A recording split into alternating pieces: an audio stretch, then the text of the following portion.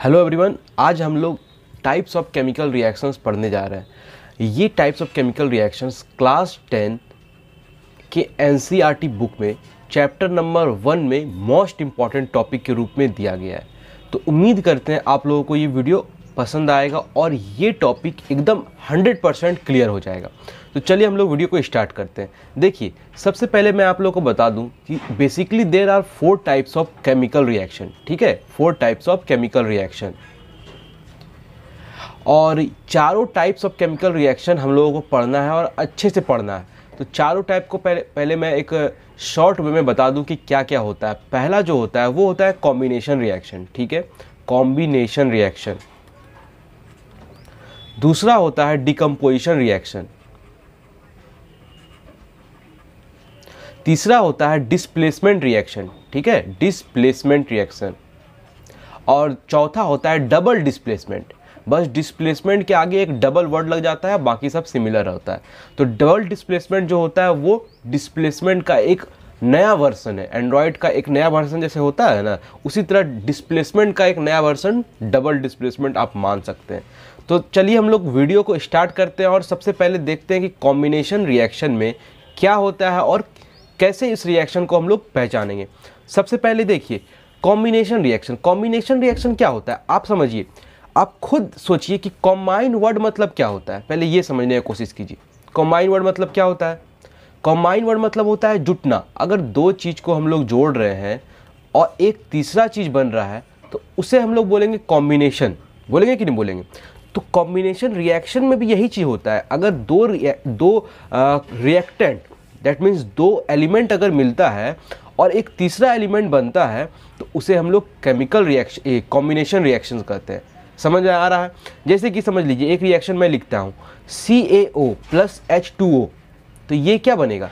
CaOH whole twice.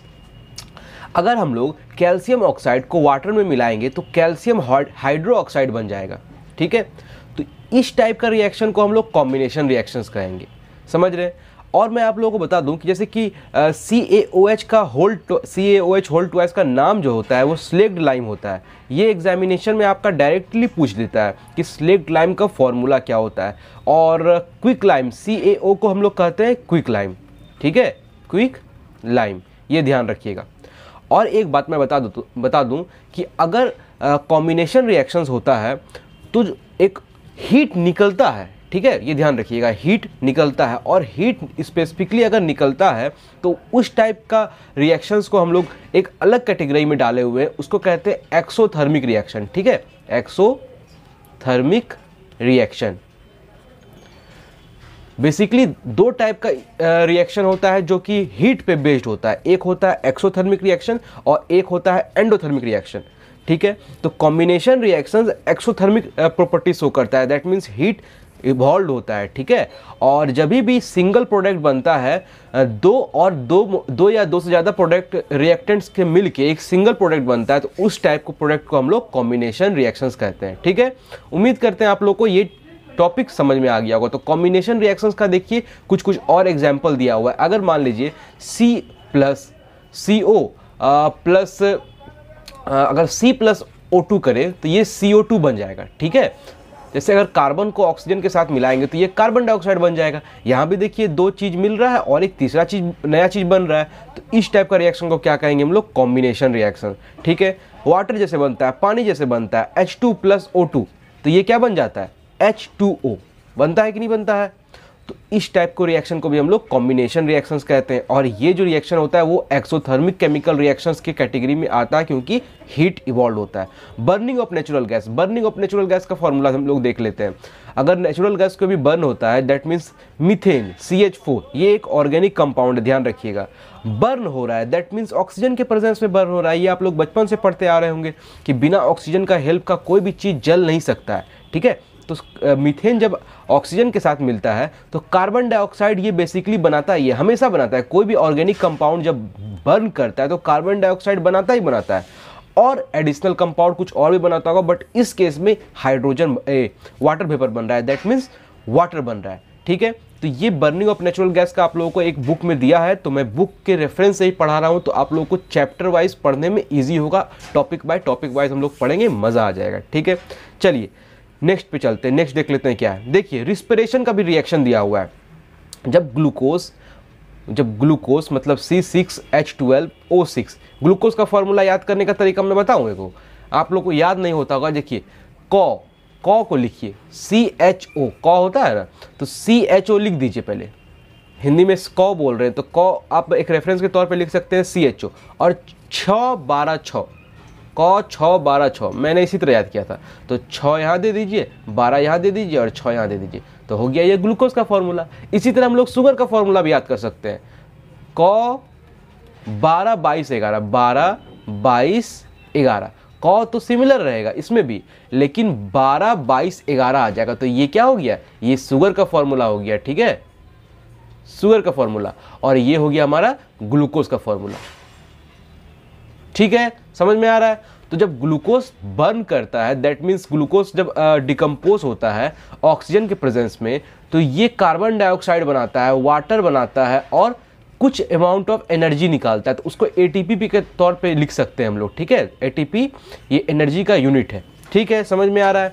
तो इस type का रिएक्शंस को हम लोग कॉम्बिनेशन रिएक्शंस कहते थे, और ये एक्सोथर्मिक रिएक्शन के कैटेगरी में आता है, ठीक है। उम्मीद करते हैं आप लोगों को समझ में आ रहा होगा। चलिए नेक्स्ट रिएक्शन पे चलते हैं, जो कि डिकम्पोजिशन रिएक्शंस है, ठीक है। देखिए डिकम्पोजिशन रिएक्शन का क्या होता है, ये वर्ड खुद ही बोल रहा है कि हम डिकम्पोज कर रहे हैं। और डिकम्पोज वर्ड मतलब क्या होता है, टूटना।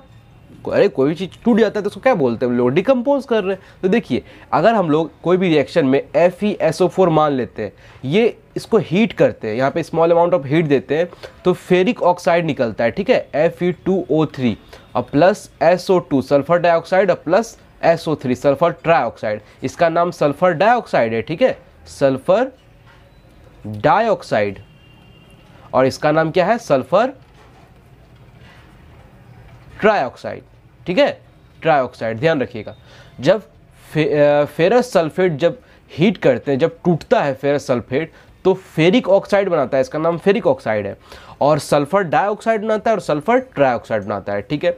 तो ऐसा रिएक्शंस को हम लोग डिकम्पोजिशन रिएक्शंस कहते हैं, ठीक है, समझ में आ रहा है। चलिए नेक्स्ट पे चलते हैं। देखिए एक और रिएक्शंस दिया हुआ है, CaCO3 को अगर हम लोग हीट करते हैं, CaCO3 को अगर हीट करेंगे तो CaO बनेगा और CO2 बनेगा, ठीक है। तो ये अगर कैल्शियम कार्बोनेट को हम लोग हीट करेंगे, कैल्शियम कार्बोनेट इसका फॉर्मूला का नाम है कैल्शियम कार्बोनेट, और ये अगर हीट करेंगे, यहाँ पे स्मॉल अमाउंट ऑफ हीट दे देंगे, तो ये कैल्शियम ऑक्साइड बन जाएगा, ठीक है, और कार्बन डाइऑक्साइड बन जाएगा। आप लोगों को सबसे पहले वैलेंसी याद करना होगा। ये चैप्टर को अच्छे से अगर समझना है, एक होता है ना, एक अच्छे एस्पेक्ट में समझना है, तो सबसे पहले आप लोग को सारे एलिमेंट जितना भी वैलेंसी वगैरह होता है, वो सारा एलिमेंट का वैलेंसी आप लोग को याद करना होगा। क्योंकि देखिए जब हम लोग फॉर्मूला बना रहे हैं CaCO3, तो आपको समझ में नहीं आ रहा होगा। जिन लोगों को वैलेंसी याद होगा उनको तो समझ में आ रहा होगा, बट जिनको वैलेंसी याद नहीं होगा उनको समझ में बिल्कुल नहीं आ रहा होगा कि CaCO3 क्यों होता है, आखिर में क्या कारण है CaCO3 होने का, CaCO2 क्यों नहीं हो जाता है, बहुत लोग सोचता होगा CaCO4 क्यों नहीं हो जाता है। तो ये डाउट क्लियर करने के लिए आप लोगों को बेसिक पढ़ना होगा। कोई भी लैंग्वेज पढ़ते हैं ना, तो उसका पहले बेसिक पढ़ते हैं। इंग्लिश पढ़ते हैं तो पहले क्या पढ़ते हैं, अल्फ़ाबेट्स पढ़ते हैं, तब सेंटेंस बनाते हैं कि नहीं। उसी तरह केमिस्ट्री को आप लोगों को अगर स्ट्रॉन्ग करना है, तो आप लोगों को सबसे पहले एलिमेंट का वैलेंसी याद करना होगा, ठीक है। जैसे कि समझ लीजिए, मैं एक छोटा सा एग्जाम्पल के तौर पर देता हूँ, हम लोग इसी को एग्जाम्पल के तौर पर देता हूँ, कैल्शियम ऑक्साइड है ना, CaCO3। तो देखिए इधर वाला जो पोर्शन होता है वो होता है कैटायन, ध्यान रखिएगा, वो होता है कैटायन, और इधर वाला जो पोर्शन होता है वो होता है एनायन, ठीक है। कैटायन जो होता है वो पॉजिटिवली चार्ज होता है, ये ध्यान रखिएगा, और जो एनायन होता है वो निगेटिवली चार्ज होता है। तो अगर हम लोगों को ये फॉर्मूला बनाने दे दिया तो कैसे बनाएंगे, समझिएगा। कैल्शियम का वैलेंसी 2+ होता है, और कार्बोनेट का वैलेंसी भी 2- होता है। 2 तो होता ही है, बट माइनस में होता है, क्योंकि एनायंस जो होता है वो निगेटिवली चार्ज होता है। सुनिए हम क्या बोल रहे हैं, एनायंस जो होता है वो निगेटिवली चार्ज होता है, और कैटायंस जो होता है वो पॉजिटिवली चार्ज होता है। तो जब ये मेथड लगता है, फार्मूला बनाने वाला मेथड, तो जो वैलेंसी होता है अगर इक्वल होता है तो वो कट जाता है, ठीक है। तो ये वैलेंसी कट गया और क्या बन गया, CaCO3 रिमेनिंग हो गया। एक और एग्जांपल लेते हैं, H2O, मान लीजिए H2O ही बनता है, वाटर बनता है, ये तो पता ही होगा आप लोगों को वाटर बनता है। तो H2O कैसे बनता है, H का वैलेंसी कितना होता है, 1 होता है, ये याद रखना पड़ेगा, और ऑक्सीजन का वैलेंसी 2 होता है। तो हम लोग प्लस और माइनस नहीं लिखते क्योंकि वो अंडरस्टूड है, ठीक है। तो ये वाला 2 जो होता है वो यहाँ आ जाता है, और ये वाला जो 1 होता है वो O के इधर आ जाता है। दैट मीन्स H2, ये वाला 2 और O, समझ रहे, कितना इंटरेस्टिंग था। तो ये लिखने के लिए आप लोगों को फॉर्मूला बनाने के लिए सबसे पहले क्या करना होगा, वैलेंसी याद करना होगा, ठीक है। चलिए नेक्स्ट पे चलते हैं।